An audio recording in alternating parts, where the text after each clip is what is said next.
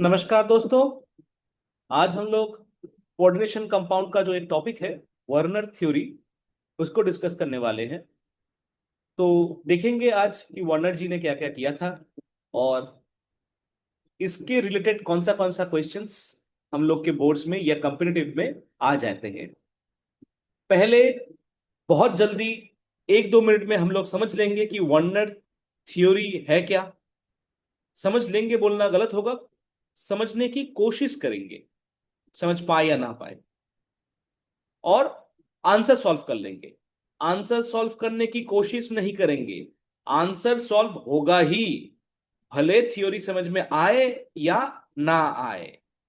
चलो, थ्योरी थोड़ा बहुत समझ लेंगे, लेकिन उसके रिलेटेड जो क्वेश्चंस आ जाते हैं उसको हम लोग डेप्थ में समझेंगे, सब करेंगे। यहां पे हम लोग 7 क्वेश्चंस करेंगे आज। 7 क्वेश्चंस में सारा वार्नर थ्योरी हम लोग कंप्लीट कर लेंगे। तो चलो, पहले बात, वार्नर थ्योरी होता क्या है और वार्नर जी ने किया क्या था, एक बार ये देख लेते हैं। वार्नर जी ने किया क्या है, मान लेते हैं एक टेस्ट ट्यूब लिया गया है और टेस्ट ट्यूब के अंदर एक कोऑर्डिनेशन कंपाउंड रखा गया है। टेस्ट ट्यूब के अंदर एक कोऑर्डिनेशन कंपाउंड रखा गया है। सर कौन सा कोऑर्डिनेशन कंपाउंड? मान लो ये पहला वाला जो कोऑर्डिनेशन कंपाउंड जो दिख रहा है, COCl3.6NH3, ये कोऑर्डिनेशन कंपाउंड यहां पे रखा गया है। हम इसको CC बोल के लिख देते हैं और इसमें ऊपर से हम लोग डाल रहे हैं AgNO3। डाल रहे हैं क्या? AgNO3।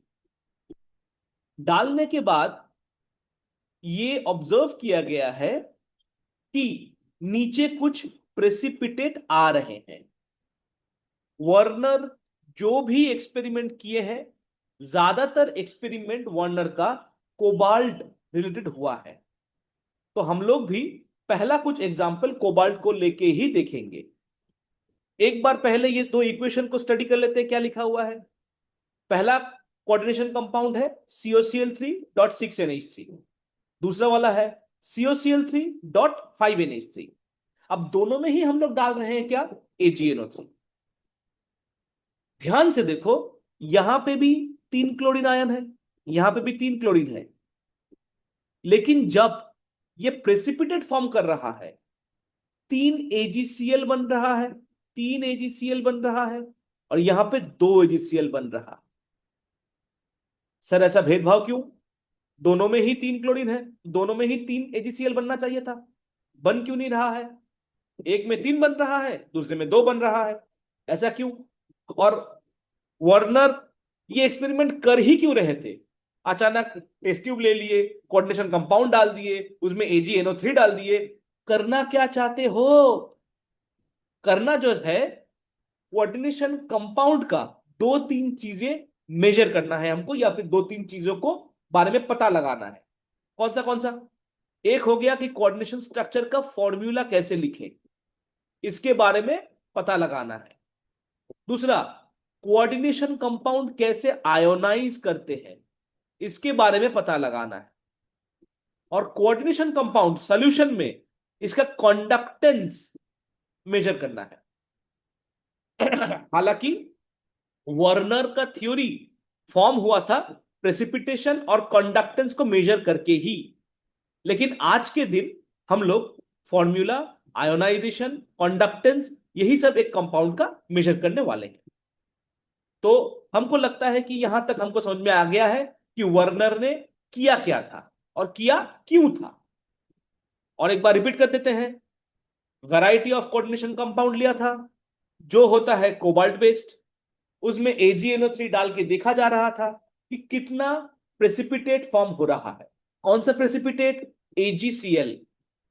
कितना प्रेसिपिटेट फॉर्म हो रहा है ये यहां पे देखा जा रहा। चलो, ये सब समझने से पहले हम लोग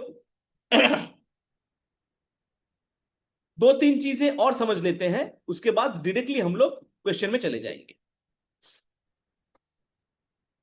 ये डिफरेंस कॉपी में लिख लो, नोट कर लो, क्योंकि ये बहुत ही इंपॉर्टेंट होने वाला है। हालांकि ये क्वेश्चन में नहीं आएगा कि लिख के दिखाओ प्राइमरी वैलेंसी और सेकेंडरी वैलेंसी होता क्या है, लेकिन ये हर क्वेश्चन में लगभग हमको यूज करना पड़ेगा।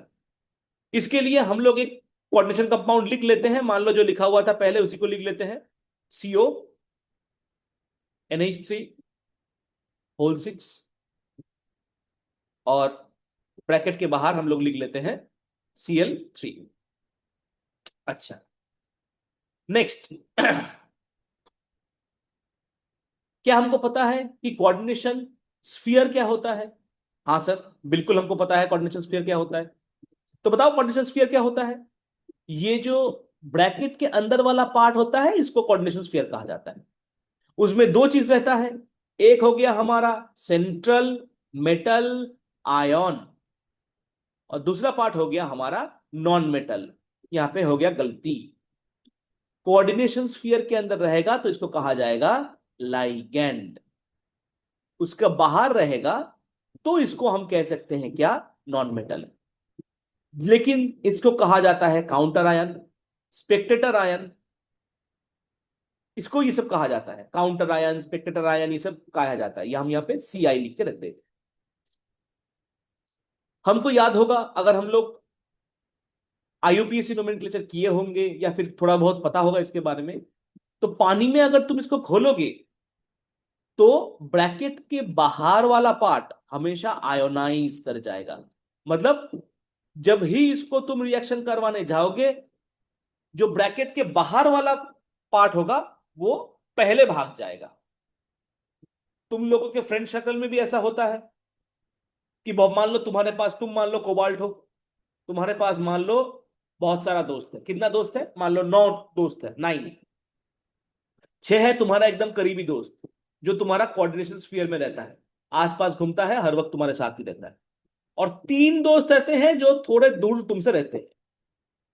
अब कोई प्रॉब्लम अगर आता है तो ये 3 दोस्त पहले ही भाग जाएंगे, आयोनाइज कर जाएंगे। लेकिन ये 6 कभी भी भागेंगे नहीं, तुम्हारे साथ हैं, थे और रहेंगे। यहां तक समझ में आ गया? हाँ सर, समझ में आ गया। तो अब प्राइमरी वैलेंसी और सेकेंडरी वैलेंसी पढ़ लेते हैं एक बार। प्राइमरी वैलेंसी मतलब क्या होता है? जो पार्ट आयोनाइजेबल है।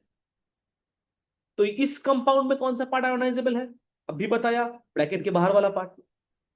नॉन आयोनाइजेबल होता है सेकेंडरी वैलेंसी।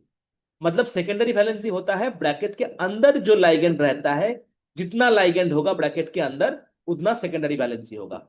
मतलब इस कंपाउंड में सेकेंडरी वैलेंसी कितना आ गया? 2।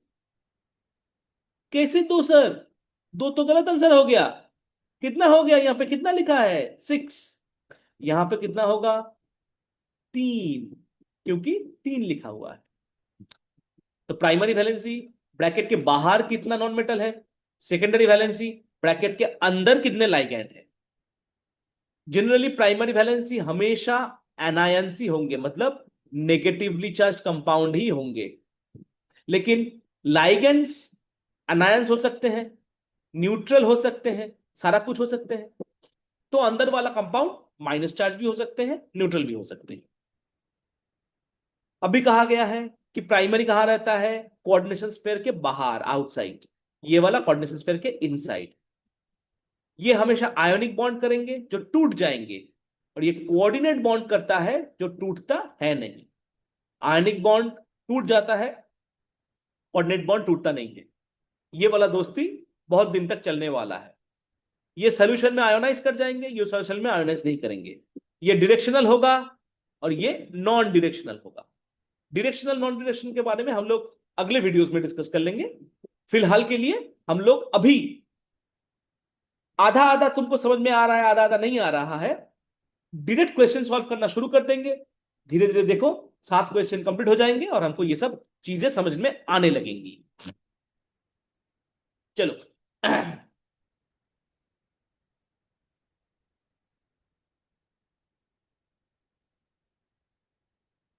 तो पहला क्वेश्चन यहां पे दिया गया है कि predict the structure formula and give the equation when reacted with silver nitrate for CONH3 whole 6 Cl3। अरे ये तो बहुत इजी है सर, अभी आप बताए थे कि CONH3 6Cl3 बाहर लिखेंगे। पहले हम लोग इक्वेशन कर लेते हैं जो इजी वाला पार्ट है। इसको हम ट्रीटमेंट करवाएंगे सिल्वर नाइट्रेट से, मतलब AgNO3 से। क्या फॉर्म होगा? अरे सर हमको सब पता है। हाँ तो बताओ क्या फॉर्म होगा। बाहर वाला पार्ट आयोनाइज कर जाएगा, मतलब जितना भी क्लोरीन है, कितना क्लोरीन है, 3 क्लोरीन है, वो आयोनाइज करके बाहर आ जाएगा। और बाकी वाला जो पार्ट है, कौन सा बाकी वाला पार्ट है, देखो यहाँ पे CONH3 6 ये अलग रहेंगे। इसके माथे में +3 चार्ज हो जाएगा। +3 चार्ज क्यों? अरे बाबू, 3 माइनस चार्ज निकलेंगे तो इसके ऊपर 3 प्लस चार्ज आएंगे। 2 माइनस चार्ज निकलते तो इसके ऊपर 2 प्लस चार्ज आ जाता। तो ये हो गया आयोनाइज। तो यहां पे ध्यान से देखो, क्लोरीन कितना आयोनाइज हुआ? क्लोरीन आयोनाइज हो गया 3। लेकिन टोटल नंबर ऑफ आयंस कितना बना? अगर हम पूछे कि टोटल नंबर ऑफ आयंस कितना बना, तो यहां पे क्लोरीन 3 बन रहा है और एक आयन बन रहा है। तो टोटल नंबर ऑफ आयंस के बारे में बात करेंगे तो 4 आयंस यहां पे फॉर्म हुए हैं। समझ में आ गया? हाँ सर, ये वाला तो समझ में आ गया। और क्लोराइड जो आयन है वो ऐसे क्लोराइड स्टेट में नहीं रहते हैं। ये हम लोग 3Cl- ना लिख के हम लोग क्या लिखेंगे इसको? हम लोग लिखेंगे AgCl। कितना लिखेंगे? 3 AgCl। ओ अभी समझ में आया। तो पहला वाला स्लाइड में 3 क्लोरीन बाहर होगा, तभी ये 3 AgCl बाहर आएंगे होंगे। पहला वाला स्लाइड मतलब कौन सा वाला स्लाइड? अभी हम लोग दिखा देते हैं कौन सा वाला स्लाइड के बारे में बात कर रहे हैं। ये वाला स्लाइड। तो यहां पे हमको पता चल रहा है कि जो यहां पे 3 AgCl फॉर्म हो रहा था, मतलब क्या? 3 क्लोरीन ब्रैकेट के बाहर होंगे। यहां पे 2 AgCl फॉर्म हो रहा था, मतलब क्या? 2 क्लोरीन ब्रैकेट के बाहर होना है। चलो हम लोग फिर से अगले चीज करते करते जा रहे हैं। चलो, तो यहां पे इसी को हम लोग सॉल्व कर लेते हैं। पहले इसको हम मिटा लेते हैं थोड़ा। हाँ, और इसको हम सॉल्व कर लेंगे। तो ये बन गया हमारा इक्वेशन। इक्वेशन तो क्लियर है। टोटल नंबर ऑफ आयंस भी क्लियर है। कितना आयंस बन गया? 4 नंबर ऑफ आयंस बन गया। क्या क्या बाकी रह गया? फॉर्मूला। अरे ये तो फॉर्मूला तो दिया ही हुआ है, फॉर्मूला तो बनाना है ही नहीं। स्ट्रक्चर अब बनाना है। यहां पे पहली चीज बता देते हैं कि कोबाल्ट का जो सेकेंडरी वैलेंसी होते हैं, वो सेकेंडरी वैलेंसी कितना होता है? 6। और कोबाल्ट का जो प्राइमरी वैलेंसी होता है वो कितना होता है? 3। सर क्या सारे कंपाउंड का 6 और 3 ही होते हैं? नहीं, अलग अलग कंपाउंड का अलग अलग हो सकता है। तो पता कैसे चलेगा? अभी हम लोग डिस्कस कर लेंगे, पता चल जाएगा। लेकिन फिलहाल के लिए हम कोबाल्ट पे रुके हुए हैं। तो कोबाल्ट का सेकेंडरी वैलेंसी हो गया 6, जो है नॉन आयोनाइजेबल, ब्रैकेट के अंदर वाला। और ब्रैकेट के बाहर कितना है? 3। तो ये क्या हो गया बाबू? 3 आयोनाइजेबल, मतलब ये छोड़ के जा सकते हैं। अब ड्रॉ कर रहे हैं स्ट्रक्चर। कैसे ड्रॉ करना है? कोबाल्ट को बीच में बिठा देंगे। पहले तुम्हारे जो 6 करीबी दोस्त थे, कौन सा? 1 2 3 4 5 6। 6 करीबी दोस्तों के बारे में पहले हम लोग लिख लेंगे। कौन सा एकदम ब्रैकेट के अंदर है? NH3। तो हर चीज पे हम लोग क्या लिख लेंगे? यहाँ पे NH3, यहाँ पे क्या लिखेंगे? NH3, यहाँ पे क्या लिखेंगे? NH3, यहाँ पे क्या लिख दिए? ऐसे करके 6 दोस्त हैं, 6 ही बन गया क्या बाबू? NH3। और 3 ऐसे दोस्त हैं जो उतने करीब के नहीं है, धोखा दे भी सकते हैं। तो ये वाला दोस्त कहां पे लिखेंगे? इसको हम लोग डॉटेड लाइन से रिप्रेजेंट करेंगे। और ये वाला दोस्त 3 कौन सा था? क्लोरीन। तो कहां पे लिखेंगे? Cl यहां पे एक ठो, Cl यहां पे एक ठो, और Cl यहां पे। तो ये बन गया क्या? ये बन गया हमारा स्ट्रक्चर। तो ये हो गया स्ट्रक्चर, ये हो गया फॉर्मूला, और ये पूरा हो गया इक्वेशन। थोड़ा थोड़ा समझ में आ रहा है कैसे करना है? हाँ सर, बिल्कुल आ रहा है थोड़ा थोड़ा। याद रहे कोबाल्ट का सेकेंडरी वैलेंसी कितना होगा 6, प्राइमरी वैलेंसी कितना होगा 3। और इक्वेशन कैसे फॉर्म करना है और स्ट्रक्चर कैसे फॉर्म करना है अभी बताएं। चलो और एक एग्जांपल से समझते हैं, नेक्स्ट एग्जांपल देखते हैं और देखते हैं वहां पे समझ में आ रहा है कि नहीं आ रहा है। चलो ये भी हम लोग कर लेंगे, इजी है। यहाँ पे स्ट्रक्चर पेट करना है, फॉर्मूला पेट करना है, इक्वेशन पेट करना है। सर पहले वाले में तो फॉर्मूला कुछ अलग सा दिख रहा था, दिया हुआ था ब्रैकेट के अंदर ही था। यहाँ पे तो कुछ अलग सा दिख रहा है, कैसे करें? डॉट के इस तरफ उस तरफ है, याद रखना है। कोई भी कंपाउंड अगर डॉट के इस तरफ होगा मतलब डॉट के लेफ्ट साइड में होगा तो वो प्राइमरी या तो सेकेंडरी दोनों हो सकता है, और डॉट के अगर इस तरफ होगा तो वो जरूर सेकेंडरी ही है। मतलब डॉट के बाहर वाला करीब वाले दोस्त है, डॉट के अंदर वाला दूर वाला दोस्त है। तो इसको पहले हमारा जाना पहचाना फॉर्मूला में लिख लेते हैं। सीओ को लिख लेते हैं, करीब वाले दोस्त कितने दिखा जा रहे हैं यहाँ पे 5 हैं, तो कैसे लिखेंगे NH3, उसके बाद क्या लिख देंगे 5। अभी बताया गया कि कोबाल्ट का कितना सेकेंडरी वैलेंसी है 6। कोबाल्ट का सेकेंडरी वैलेंसी कितना होता है 6, प्राइमरी वैलेंसी कितना होता है 3, याद रहे। तो यहां पे कोबाल्ट का करीबी दोस्त कितना है 5, और बाहर वाले दोस्त पहले 3 थे। लेकिन कोबाल्ट का यहां पे स्ट्रक्चर एक बार ड्रॉ कर लेते, डिटेल्स में समझ आया जाएगा। तो यहां पे हम लोग 6 सीट बना के रख देते हैं। ये वाले में कंपाउंड में अगर हम NH3 ड्रॉ करते जाएंगे तो 1 2 3 4 5, 5 ही है, 6 तो है नहीं, ड्रॉ नहीं कर पाएंगे। एक दोस्त का सीट खाली है, तो क्या करेंगे, जो Cl है उसी को हमारा अंदर वाले दोस्त के सर्कल में उसको हम लोग इंक्लूड कर लेंगे, क्योंकि सेकेंडरी वैलेंसी 6 होना ही है और प्राइमरी वैलेंसी 3 होना ही है, इसके अलावा हो नहीं सकता, इसको सेटिस्फाई करना ही पड़ेगा। तो चलो ऐसा कर लिए, मतलब कौन सा लिख लिए, 5 अमोनिया बाहर और क्लोरीन भी लिख लिए, इसको भी हमारा हिसाब से बाहर कर दो। बचा कौन, 2 क्लोरीन बच रहा है, 3 क्लोरीन था, तो 2 क्लोरीन को कहां लिख दो, ब्रैकेट के बाहर लिख दो। सर स्ट्रक्चर में कैसे लिखेंगे 2 क्लोरीन को, 2 क्लोरीन को यहां पे डॉटेड लाइन दे दो और यहां पे एक क्लोरीन लिख दो, यहां पे एक क्लोरीन लिख दो, तो हो गया स्ट्रक्चर कंप्लीट। हाँ सर स्ट्रक्चर कंप्लीट नहीं, स्ट्रक्चर कंप्लीट अभी नहीं हुआ है। क्यों, एक बार काउंट कर ले बाबू, सेकेंडरी वैलेंसी 6 सेटिस्फाई हो रहा है, देखो तो बाबू, 1 2 3 4 5 6। हाँ सर सेकेंडरी तो स्ट्रेट लाइन से 6 सेटिस्फाई हो रहे हैं। क्या प्राइमरी 3 सेटिस्फाई हो रहा है, प्राइमरी सर यहाँ पे 1 है 2 है, सेटिस्फाई नहीं हो रहा है। तो तीसरा वाला कहां पे प्राइमरी दे, तीसरा वाला प्राइमरी जो तुम देने वाले हो, तुम किसी भी एक को प्राइमरी दे दोगे, किसको, इसको। हम लोग क्लोरीन को ही और एक प्राइमरी डालती है, क्यों सर, अमोनिया के भी दे सकते थे, क्लोरीन को क्यों डाले? अरे बाबू यहां पे पहले देखो क्या बोला गया है, 5 NH3 है, ब्रैक पॉइंट के इस तरफ है, मतलब ये हमेशा सेकेंडरी ही होगा। लेकिन पॉइंट के अगर इस तरफ है तो वो प्राइमरी सेकेंडरी दोनों हो सकते हैं। तो क्लोरीन के लिए हम लोग सेकेंडरी प्राइमरी दोनों वैलेंसी यूज कर सकते हैं। तो हो गया, यहां पे लिखा गया, समझ में आ रहा है? फिर से एक बार एक्सप्लेन कर लेते हैं। पॉइंट के बाहर वाला तुम अंदर घुसा लो ब्रैकेट के, कोबाल्ट के लिए 6 सेकेंडरी वैलेंसी तुम लोग अरेंज कर लो, उसके बाहर जितना भी बाकी रह जाए उसको तुम बाहर डाल दो, Cl2 बाहर चले गए।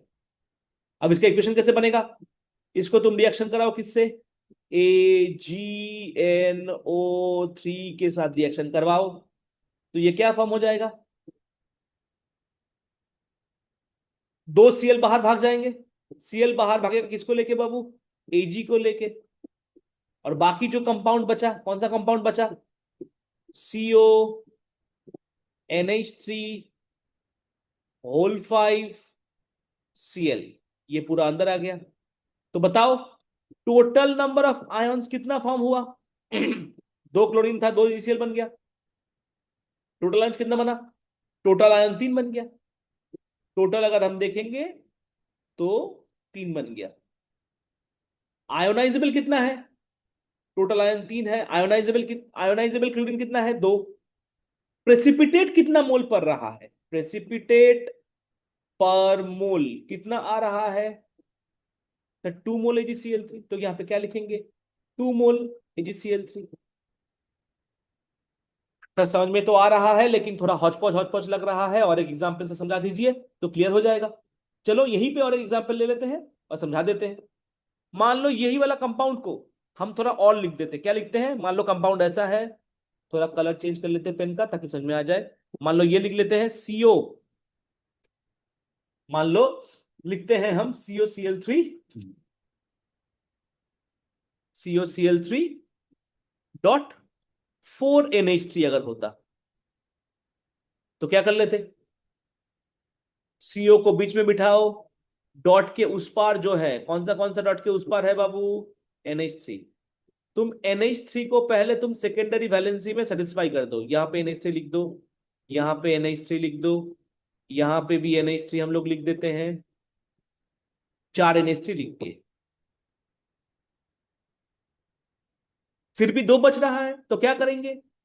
3 Cl है यहाँ पे, तीनों में से 2 को हम लोग क्या करेंगे? सेकेंडरी में डाल देंगे। और एक जो Cl बच गया, 3 Cl था, उसको क्या करेंगे? प्राइमरी में डाल देंगे। लेकिन प्राइमरी में तो और 2 बॉन्ड करना है, क्योंकि प्राइमरी 3 होता है कोबाल्ट के लिए, हमको पता है। क्या करेंगे? प्राइमरी बॉन्ड किसको देंगे? क्लोरीन को या अमोनिया को? चेक कर लो। डॉट के अगर इस तरफ होगा तो वो सिर्फ सेकेंडरी लेगा, लेकिन डॉट के अगर इस तरफ है तो प्राइमरी सेकेंडरी कोई सा भी ले सकता है। तो क्लोरीन के लिए सेकेंडरी दिया गया था, उसको ही प्राइमरी डाल देते हैं, यहां पे डाल देते हैं। हालांकि जो नियम नियम हम बोल रहे हैं वो ट्रिक है, असली रीजन कुछ और है। यहां पे इतना शॉर्ट वीडियो में वो हम बताएंगे नहीं, बाद में कभी बताएंगे तो वीडियो में डाल देंगे या फिर क्लास में बोल देंगे। चलो, तो ये तो समझ में आ गया लगभग। इतना आ गया मतलब बहुत सारा आ गया। चलो नेक्स्ट पार्ट में जाते हैं हम लोग। ये पार्ट को हम लोग क्लियर कर लेते हैं और नेक्स्ट वाले क्वेश्चन की तरफ चलते हैं। यहां से हमारा पहला क्वेश्चन होता है शुरू। देखते हैं हम लोग अगला 5 क्वेश्चन कर पाते हैं या नहीं। चलो, ये वाला क्वेश्चन जो तुम्हारे दिमाग में पहले से था, सर कोबाल्ट के लिए तो हो रहा है, लेकिन अगर दूसरा कुछ आयन अगर हमको दिया गया है तो हम कैसे करेंगे सर? उसका तो सेकेंडरी वैलेंसी हमको पता ही नहीं है, तो कैसे करेंगे सर सेकेंडरी वैलेंसी के लिए? उसके लिए अगर हम लोग ये देख लेते हैं तो हमको समझ में आ जाएगा। चलो, अच्छा ध्यान से देखो। कोबाल्ट के लिए तो हमको पता ही है कि कोबाल्ट का सेकेंडरी वैलेंसी कितना होता है। तुम खाली ब्रैकेट के अंदर वाला कैलकुलेट कर लो, क्या दिया गया है। ध्यान से देखो, ध्यान से देखो। सेकेंडरी वैलेंसी कितना होगा? यहाँ पे 5 है, यहाँ पे 1 है। तो कोबाल्ट का सेकेंडरी वैलेंसी कितना हो गया? यहाँ पे हम लोग लिख देते हैं साइड में, कोबाल्ट का सेकेंडरी वैलेंसी और प्राइमरी वैलेंसी। कोबाल्ट का कितना हो गया सेकेंडरी वैलेंसी? 5 + 1 6। और ये ठीक है। मान लो यहाँ पे 2 क्लोरीन दिया गया है, तो क्या करेंगे? प्राइमरी वैलेंसी के बारे में हम लोग पता है, ऐसा नहीं लगा सकते, स्ट्रक्चर ड्रॉ करके पता लगाना पड़ता है। अंदर जो होगा वो शियर शॉर्ट सेकेंडरी वैलेंसी होगा, ठीक है। तो एजी के बारे में पता लगाते हैं। एजी, अगर हम एजी के बारे में पता लगाते हैं तो इसका जो अंदर है 2, यहाँ पे 2 शियर शॉर्ट सेकेंडरी वैलेंसी होना ही है। पीटी के बारे में, पीटी का कितना हो जाएगा? यहाँ पे श्योर 4 हो जाएगा जो अंदर की तरफ है। यहाँ पे पीटी में देखो फिर से 3 1 4 हो गया, तो पीटी का 4 बन गया। अब आते हैं क्वेश्चन में। क्वेश्चन थोड़ा इजी है। क्वेश्चन क्या बोला जा रहा है एक बार देख लो बाबू। चलो देख लेते हैं क्या क्वेश्चन है। How many ions per mole of the following complex are present in solution. इसको अगर हम सोल्यूशन में कन्वर्ट करें तो कितना आयॉन्स आएगा, मतलब कितना टूटेगा। अब भी बताया गया है कि ब्रैकेट के बाहर वाला टूट जाएगा, ब्रैकेट के अंदर वाला नहीं टूटेगा। ब्रैकेट के बाहर वाला आयोनाइजेबल है, ब्रैकेट के अंदर वाला नॉन आयोनाइजेबल है। तो क्या करेंगे, यहां पे लिखेंगे bracket CO Cl NH3 bracket. Bracket के बाहर क्या लिख देंगे, तो Cl को बाहर भगा दिए क्योंकि वो ब्रैकेट का बाहर था। यहां पे फिर से Ag ब्रैकेट के अंदर जो है, बहुत ही इजी है सर, समझ में आ गया हमको। और ये क्लोरीन चला गया ब्रैकेट के बाहर, तो +Cl। फिर से इसमें क्या करेंगे सर, सेम ही रूल अप्लाई कर दो, ज्यादा कुछ सोचो मत। NH3 लगा दो यहां पे, और जो बाकी हो गया ब्रैकेट के, दो ब्रैकेट में दोनों को तोड़ दो। तो ये हो गया हमारा कॉन्सेप्ट। सर यहां पे कुछ गलत लिखे हैं हम। हाँ सर गलत लिखा हुआ है क्या, दो क्लोरीन अगर निकलेंगे तो यहाँ पे 2 प्लस चार्ज देना पड़ता है, एक क्लोरीन निकलेगा तो यहाँ पे 1 प्लस चार्ज दे दो। ऐसे ही करके पीटी के बारे में अगर हम यहाँ पे 1 दे दे और यहाँ पे -1 दे दे तो चलेगा। नहीं नहीं, पीटी का तो ऐसा नहीं हो सकता, इसका तो बाबू 2 हो गया कॉम्प्लेक्स। हम लोग आयोनिक चैप्टर में पढ़े हैं कि इसका कैसे हमको लिखना पड़ेगा। कैसे लिखना पड़ेगा सर, चलो एक बार देख लेते हैं। हाँ चलो, तो पीटी के बारे में देख लेते हैं कैसा होगा बाबू। पीटी को तुम x पकड़ लो, NH3 कितना है बाबू, 4 है, तो इसको हम +0 कर लेते हैं। समझ में आ गया। यहाँ पे पीटी को हम क्या पकड़ते हैं, मान लो y पकड़ लो। Cl कितना हो गया बाबू, इसको भी हम -4 पकड़ लेते हैं। तो y इक्वल टू कितना हो जा रहा है यहाँ पे, y इक्वल टू कितना हो गया 4। समझ में आ रहा है क्या बोल रहे हैं हम। तो अगर इसका चार्ज 4 है तो इसका भी चार्ज चार्ज होना चाहिए, क्योंकि नीचे कुछ चार्ज लिखा हुआ है नहीं। मतलब मान लो कि कुछ कंपाउंड है A और B का हमको पता है 3 और फॉर्मूला दिया हुआ है AB। तो इसका अगर 3 होगा, फॉर्मूला अगर AB है, तो A का क्या होगा बाबू, 3 ही होना है, क्योंकि यहां पे आ जाएगा, दोनों कट जाएंगे, कुछ नहीं आएगा, यहाँ पे AB आ जाएगा। समझ में आ रहा है क्या बोल रहा है। तो इसका अगर 4 हो गया तो इसका भी 4 होगा। तो मतलब इसका अगर एनायन है -4 होगा, तो इसको ये कटायन है +4 होगा। अगर इसके बारे में और भी डिटेल में समझना है तो मेरा जो नोमेनक्लेचर वाला वीडियो है, कैसे एक्स और वाई का वैल्यू निकाला जाता है, कॉमन ऑक्सीडेशन स्टेट्स क्या होता है, कैसे निकाला जाता है, तो तुम वो वाला वीडियो एक बार चेक कर लो, नोमेनक्लेचर वाला वीडियो। तो चलो यहां पे हम और ज्यादा नहीं बोलेंगे, इसको हम लोग डिलीट कर देते हैं थोड़ा। हाँ, तो इसका हो गया चार्ज +4 -4 वाला। अच्छा, नेक्स्ट वाला में जाते हैं। इसका कैसे लिखे सर, तुम इसको PT लिख दो, Cl3 लिख दो, ब्रैकेट के अंदर NH3 है, NH3 लिख दो, ब्रैकेट क्लोज। ब्रैकेट के बाहर क्या लिखना है, Cl लिख दो। तो कितना कितना आयन बन रहा है, यहाँ पे 2 1 3 बन रहा है टोटल आयन, यहाँ पे 1 और 1 2 बन रहा है, यहाँ पे भी 1 और 1 2 बन रहा है, यहाँ पे 1 और 1 2 बन रहा है। तो टोटल नंबर ऑफ आयन यहाँ पे इतना बन रहा है। तो ऐसे हमको लिखना पड़ेगा। सर सिर्फ आयन का नंबर लिख देंगे तो आंसर में मार्क्स नहीं मिलेगा, नहीं मिलेगा। तुम अगर बोर्ड्स में हो तो तुमको पूरा ये दिखाना पड़ेगा, तब भी मार्क्स मिलेगा। कंपेटिटिव के बाद तो खैर और है, वो तो देखने से पता चल जाता है, वैसे हमको डायरेक्टली MCQ में मार्क करना पड़ता है। लेकिन बोर्ड्स में अगर तुम लिख रहे हो तो पूरा ये सब लिखना पड़ेगा तुमको बाबू, इक्वेशन दिखाना पड़ेगा, तब भी जाके मार्क्स आएगा। अभी हम लोग क्वेश्चन नंबर 2 की तरफ चलते हैं। चलो, इसका आंसर सॉल्व किया हुआ है, क्वेश्चन नंबर 2 की तरफ चलते हैं हम लोग। हाँ, यहां पे फिर से हम लोगों को दिया गया है कि सेकेंडरी वैलेंसी प्रेडिक्ट करो। क्या कहा जा रहा है, ध्यान से देखो बाबू, ये वाला अगर समझ में आ गया तो अगला वाला इजीली समझ में आ जाएगा। COCl3.4NH3, ये 12200 क्या है, मोल्स ऑफ AgCl प्रेसिपिटेट। मतलब अगर हम AgNO3 के साथ रिएक्शन करवाएंगे कितना AgCl बनेगा। अब जितना AgCl बनता है वो क्या दिखाता है, प्राइमरी वैलेंसी। मतलब ब्रैकेट के बाहर जितना क्लोरीन रहेगा वो ही जाके प्रेसिपिटेट फॉर्म करता है। आयन बाहर जो रहता है वही आयोनाइज करता है। समझ में आ गया बाबू।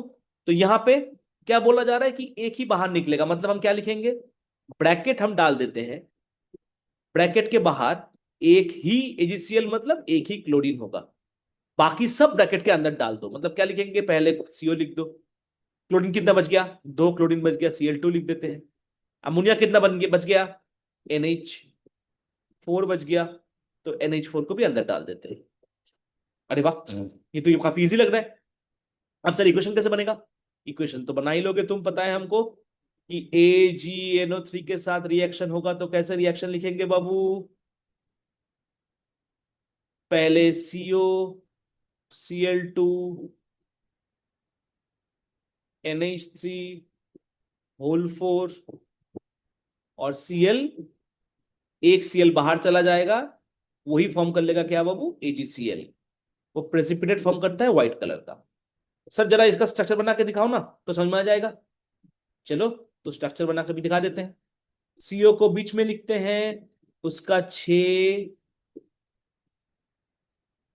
सेकेंडरी वैलेंसी है, तो चारों में हम लोग क्या लगा देते हैं, NH3 NH3 NH3 और NH3। थोड़ी देर पहले ही ये वाला स्ट्रक्चर करे हुए थे हम लोग, और दोनों में Cl लगा देते हैं। प्राइमरी वैलेंसी के लिए क्या करेंगे, जो बाहर वाला एक है उसको प्राइमरी वैलेंसी में डाल देंगे, और ये दोनों क्लोरीन को हम लोग प्राइमरी वैलेंसी में डाल देंगे। तो ये हो गया इसका स्ट्रक्चर। नेक्स्ट वाला कर लेते हैं एक बार। यहां पे क्या बोला जा रहा है कि 2 AgCl फॉर्म हो रहा है, मतलब ब्रैकेट के बाहर कितना Cl लिखना है, Cl2। यहां पे बोल रहा है कि ब्रैकेट के बाहर फिर से कितना फॉर्म हो रहा है, तो कितना लिखेंगे ब्रैकेट के बाहर, Cl2। यहां पे लास्ट दोनों पे कितना बन रहा है बाबू, कुछ नहीं, तो ब्रैकेट के बाहर क्या लिखेंगे, कुछ नहीं, बाकी ब्रैकेट के अंदर लिख लो। यहां पे अगर तुम ब्रैकेट के बाहर 2 Cl को डाल दिए हो तो यहां पे क्या होगा, PD है और NH3 4 ठो लिखना पड़ेगा, खत्म। यहां पे मान लो निकल दोनों बाहर निकाल दिए हो, तो H2O कितना लिखना पड़ेगा, 6 अंदर। यहां पे कैसे लिखेंगे, PT कुछ अंदर कुछ बाहर नहीं है, सारा क्या होगा, अंदर में जाएगा। तो Cl क्या करेंगे, Cl4 अंदर होगा, और HCl को भी कितना लिख देंगे, 2 अंदर होगा। यहां पे क्या लिखेंगे, फिर से सेम PT, Cl2 अंदर होगा, और यहां पे क्या होगा, NH3 दोनों अंदर होगा। तो ये हो गया हमारा नॉर्मल स्ट्रक्चर, ठीक है, ओके। तो क्या सर ये हमारा स्ट्रक्चर जो सब हम लोग बनाए हुए हैं ये सारा सही है, हाँ सही है। थोड़ा गलत है, कौन सा वाला, दिख के तो लग रहा है एक गलत गलत लग रहा है सर। हाँ एक तो गलत है, कौन सा वाला गलत है बाबू, एक गलत लिखा हुआ है हम लोग ये वाला। क्या गलती है, ये नोमेनक्लेचर वाला चैप्टर पढ़ो, IUPAC वाला, और पढ़ के बताओ यहाँ पे स्ट्रक्चर में क्या गलत लिखा हुआ है। चलो तो पहले हम लोग यहां पर सॉल्व कर लेते हैं बाबू। इसका सेकेंडरी वैलेंसी कितना होगा, सर ब्रैकेट के अंदर जो है वो सेकेंडरी वैलेंसी होता है 4, इसका सेकेंडरी वैलेंसी 6, इसका सेकेंडरी वैलेंसी 2 और 4 6, इसका सेकेंडरी वैलेंसी 2 और 2 4। समझ में आ गया, तो यहाँ पे लिख देते हैं, यहाँ पे कितना हो गया 4, यहाँ पे कितना हो गया 6, यहाँ पे कितना हो गया 6, यहाँ पे कितना हो गया 4। अब क्वेश्चन में क्या चाहिए था हमको, सेकेंडरी वैलेंसी कितना होगा बताना था, तो बता दिया हम। लगे हाथ इक्वेशन भी फॉर्म कर लेते हैं, एक दो कर देते हैं ताकि तुमको समझ में आ जाए। मान लो AgNO3 है, कैसे करेंगे, PD यहां पे लिख दो, NH3 होल 4 यहां पे लिख दो, बाकी 2 Cl को AgCl को बाहर लिख दो, ऐसे ही सारा बना लो। तो स्ट्रक्चर भी हमको बनाना आ जाएगा, कैसे सर, PD को ऐसे लिख दो, 4 हो गया सेकेंडरी वैलेंसी, तो इसका 4 सेकेंडरी वैलेंसी बना बना लिए। तो क्या लिख दिए बाबू हर एक में? NH3 NH3 NH3 और NH3। दो ब्रैकेट का बाहर था, मतलब वो सेकेंडरी वैलेंस प्राइमरी वैलेंस ही होगा, तो यहाँ पे दो हमको ClCl लिख दिए। समझ में आ गया बाबू? हालांकि ये वाला स्ट्रक्चर हमको ड्रॉ करने नहीं आएगा, अगर क्वेश्चन में आता है तो कोबाल्ट वाला स्ट्रक्चर ही ड्रॉ करने देगा। इसके अलावा स्ट्रक्चर ड्रॉ करने में और कोई सा भी मेटल का नहीं आएगा, आएगा तो कोबाल्ट का ही आएगा। तो इसको हम लोग, समझ में आ गया, डिलीट कर लेते हैं। तुम लोग चाहो तो स्क्रीनशॉट ले लो।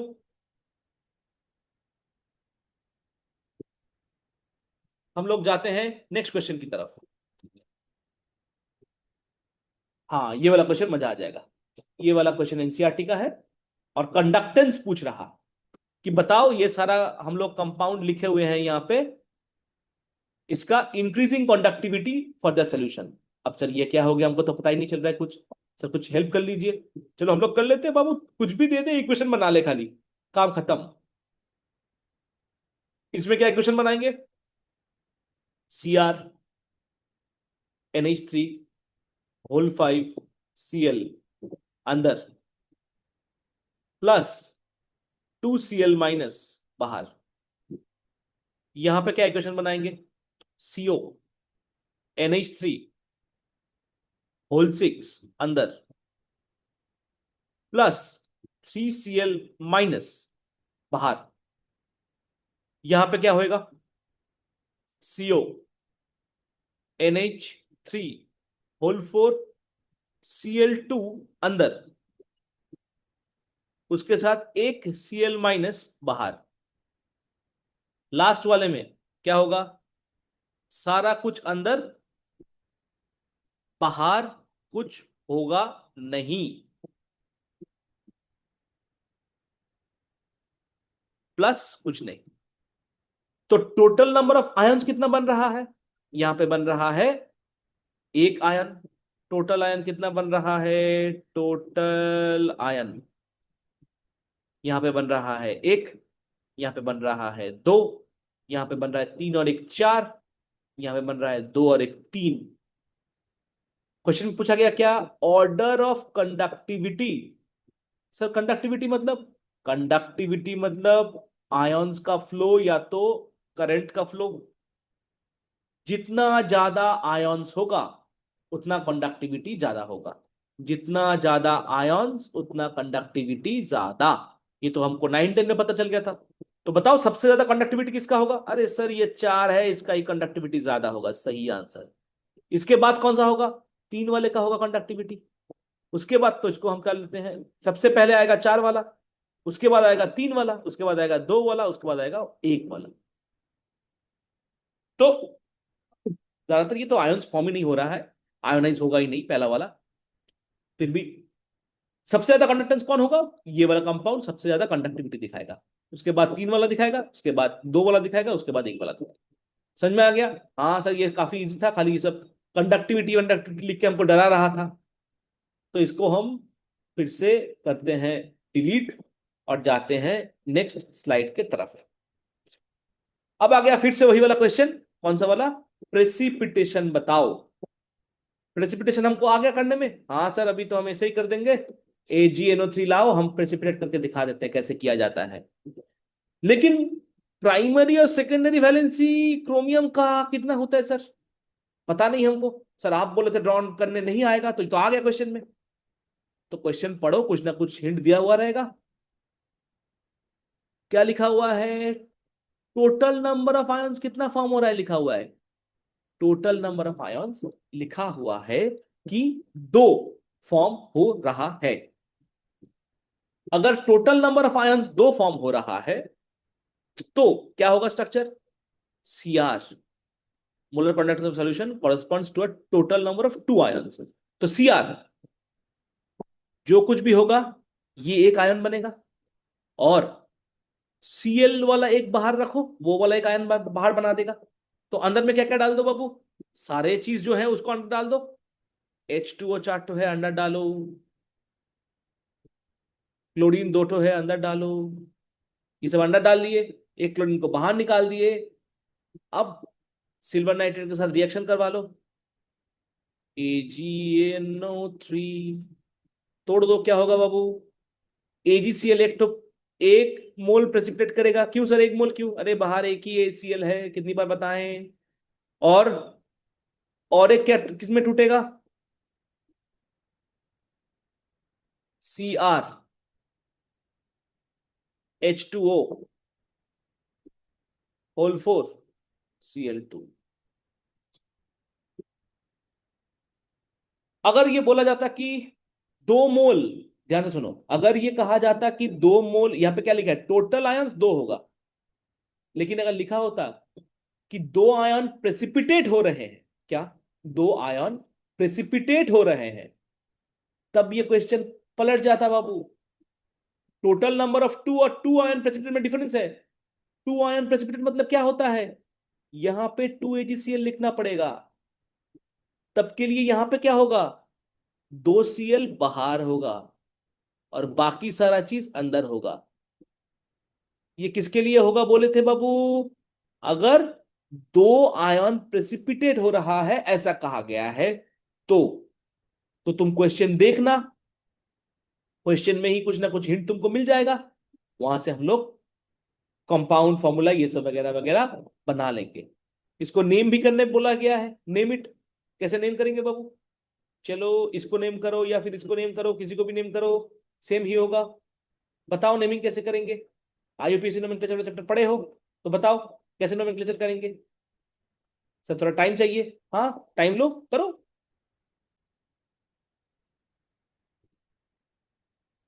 तो नोमेनक्लेचर कैसे करेंगे हम लोग? कितना है बाबू, इसका नाम क्या होता है? सर हमको पता है, अगर वाटर होता है तो नाम हो जाता है एक्वा, और Cl होता है तो नाम हो जाता है क्लोराइडो। थोड़ा हम लोग इंक चेंज कर लेते हैं, तो इसका हो गया एक्वा, इसको हो गया क्लोराइडो। तो क्या नाम लिखेंगे बाबू? फटाक से लिख लेते हैं, अल्फाबेटिकली इसको अरेंज करना पड़ता है। क्या हो जाएगा नाम? Tetra aqua. तो यहाँ पे टेट्रा एक्वा लिख दिए। फिर क्या है? क्लोराइडो। उसके बाद क्या होगा? सर क्रोमेट लिख दे। अरे पगला, क्रोमेट कब लिखा जाता है? जब अनायनिक पार्ट में होता है। यहाँ पे सिर्फ क्रोमियम लिखो, इसका ऑक्सीडेशन स्टेट दो। सर कैसे कर रहे हैं आप ये सब? पहले लाइगेंड को नाम करना पड़ता है, उसके बाद मेटल को नाम करो, उसके बाद उसका ऑक्सीडेशन स्टेट लिखो, अगर ब्रैकेट के अंदर हुआ तो। उसके बाद ब्रैकेट के बाहर वाले पार्ट का नाम लिखो। कितना Cl है? 2 Cl है। फिर भी हम लोग सिंपल पार्ट हुआ तो कोऑर्डिनेट आयन हुआ तो उसका नंबर नहीं कहते, सिर्फ लिख देंगे क्या? क्लोराइड। ऑक्सीडेशन स्टेट एक बार निकाल लो, मान लो इसका X है, वाटर का 0 है, क्लोरीन एक ही तो है, -1 है, ये -2 है, इक्वल टू 0 हो, तो क्या हो जाएगा? X equal to +3। तो ये हो गया इसका IUPAC नेम।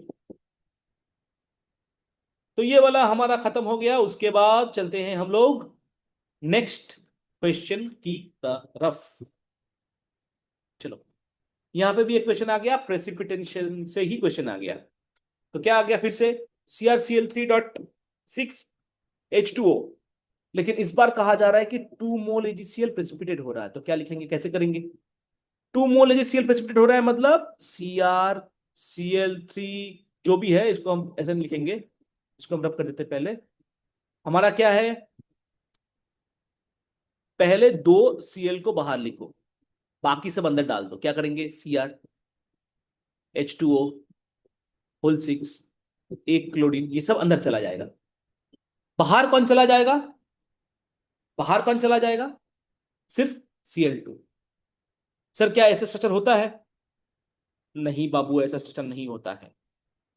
थोड़ी देर पहले यहाँ पे एक क्वेश्चन में थोड़ा मिसिंग है, यहाँ पे एक हिंट देना चाहिए था। हाँ हम दिए नहीं कि सेकेंडरी वैलेंसी इसका कितना है, 6 है।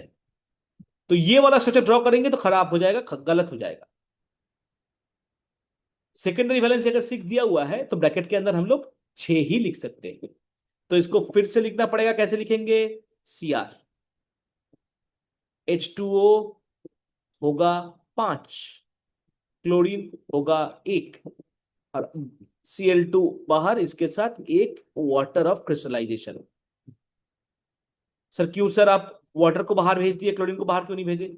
अरे क्लोरीन को अगर बाहर भेजते तो ये क्लोरीन 3 हो जाता, तो 3 प्रेसिपिटेट हो जाता बाबू। लेकिन दिया हुआ है कि क्लोरीन को बाहर भेज नहीं पाएंगे, 2 मोल ही होगा, तो 2 बाहर निकला पड़ेगा हमको, 3 होगा नहीं तो 2 ही होगा, 3 होगा नहीं। और सेकेंडरी वैलेंसी 6 है, मतलब ब्रैकेट के अंदर हम लोग 6 ही लिख सकते हैं, उससे बाहर नहीं लिख सकते। अब इसको तुम AgNO3 में डालो तो क्या मिल जाएगा तुमको? लिखो यहाँ पे AgNO3, तो तुमको मिलेगा क्या बाबू? CrH2O होल 5 Cl, ये पूरा कंपाउंड अलग, और 2Cl- अलग, और वाटर अलग। सर वाटर को आप ऐसे क्यों नहीं लिखे, आयंस में क्यों नहीं लिखे, OH- और H+ क्यों नहीं लिखे? अरे बाबू ये अभी कहा गया है, तो ये किसका रिएक्शन है? आयोनाइजेशन का रिएक्शन है। वाटर क्या कंपाउंड है? ये तो ऐसे टूटेंगे नहीं, ये ऐसे इंटैक्ट रहेंगे सोल्यूशन में, ठीक है? मतलब टूटेगा भी तो हम लोग वाटर को तोड़ेंगे नहीं, वाटर को ऐसे ही रख देंगे, ठीक है? तो इसको आयन नहीं पकड़ेंगे, तो आयन कितना है? 3 आयन टोटल बन रहा है। तो टोटल आयन कितना है? टोटल आयन 3 है। इसका स्ट्रक्चर ड्रॉ कर सकता है? हाँ करेंगे, कर लेंगे सर। क्रोमियम करेंगे, 6 वैलेंसी देंगे, 6 में अंदर वाला 6 बिठा देंगे, और क्लोरीन 3 प्राइमरी वैलेंसी से सेटिस्फाई करके अंदर डाल देंगे, खत्म। तो ये हो गया हमारा question solving session complete. Last वाला जो पार्ट है 1 मिनट में खत्म खत्म हो जाएगा, कि अल्टीमेटली हम लोग का क्वेश्चन में क्या आएगा, और वार्नर साहब ने हमको अल्टीमेटली बताया क्या। कोई भी कोबाल्ट वाला कंपाउंड तुम ले लो, उसका कितना AgNO3 में डालोगे तो कितना Cl आयन प्रेसिपिटेट होगा, तो ये हमको वार्नर थ्योरी ने बता दिया। उसका स्ट्रक्चरल फॉर्मूला कैसे करना है, ये हमको वार्नर थ्योरी ने बता दिया। क्वेश्चन आएगा तो बाबू इसी से आएगा या तो इसी से आएगा, और टोटल नंबर ऑफ आयन जितना होगा उसका कंडक्टेंस उतना ही ज्यादा होगा, मतलब ये दो डायरेक्टली प्रोपोर्शनल है। 4 आयन मतलब देखो कंडक्टेंस 430, 4 आयन मतलब 430, 3 मतलब 250, 2 मतलब 100। जिसका जितना नंबर ऑफ आयन ज्यादा उसका उतना कंडक्टेंस ज्यादा। तो कंक्लूजन में क्या लिखें, क्या क्या क्वेश्चन आने वाला है? स्ट्रक्चर लिखने बोल सकता है, फॉर्मूला लिखने दे सकता है, और कंडक्टेंस दे सकता है, या तो प्रेसिपिटेट दे सकता है। सर कलर भी लिखा हुआ है, ये भी दे सकता है। कलर बिल्कुल दे सकता है सर, अब सिखाए नहीं। वर्नर से करंट नहीं निकलने वाला है बाबू, इसके लिए अलग सा कंपाउंड, अलग सा थ्योरी पढ़ना पड़ेगा। कलर के लिए 2 और थ्योरी पढ़ेंगे हम लोग, VBT और CFT, तब जाके हमको कलर पता चल जाएगा। तो वर्नर किसके लिए करेंगे, और एक बार रिपीट कर लेते हैं। कितना प्रेसिपिटेट होगा, मोलर कंडक्टेंस किसका ज्यादा किसका कम, फॉर्मूला कैसा होगा, स्ट्रक्चरल फॉर्मूला कैसा होगा। ज्यादातर क्वेश्चन हमारा जो आएगा वो यहां पे लिखा हुआ है, देखा गया है लास्ट 15 ईयर्स इसी के आसपास से क्वेश्चन आ रहा है। तो हम एक कंक्लूजन स्लाइड बना के यहाँ पे सारा डाल दिए। अगर ये तुम ठीक तरीके से कर लोगे तो तुम्हारा chances of solving answers Warner topic से बहुत ज्यादा हो जाएंगे। आज के लिए यहीं पे हम लोग खत्म करेंगे हमारा वीडियो। तुम लोग देखो, और क्लासेस में जो वर्कशीट्स दिया गया है उसको सॉल्व करो।